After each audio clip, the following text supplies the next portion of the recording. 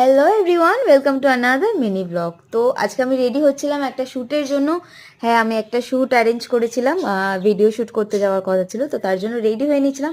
But first এটা পরেছি, এটা আমার অতটা ভালো লাগছিল না। তো সেকেন্ড আমি এই টপটা দিয়ে শাড়িটা পরে নিয়েছিলাম, এটাতে আমাকে মোটামুটি ভালো লাগছিলো। আমি যে লুকটা ক্রিয়েট করার ট্রাই করেছিলাম ওই লুকটাতে বেস্ট যাচ্ছিল। তো আমি আর ক্যামেরার সামনে কোনো গেট রেডি উইথ মি না করে, খুব তাড়া ছিল যেহেতু আমার, তো জাস্ট তাড়াতাড়ি ঝটপট রেডি হয়ে নিলাম। আর এটা দেখো আমার ফাইনাল লুক, তো তোমরা জানিও কেমন লাগছিল আমাকে।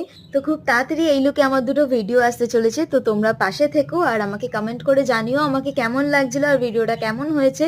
অ্যান্ড হ্যাঁ, আমি ট্রেনে করে যাচ্ছিলাম কল্যাণী, আর কল্যাণী আমার বাড়ি থেকে অনেকটাই দূর, 1-1.5 ঘন্টার বেশি লেগে গেছিলো।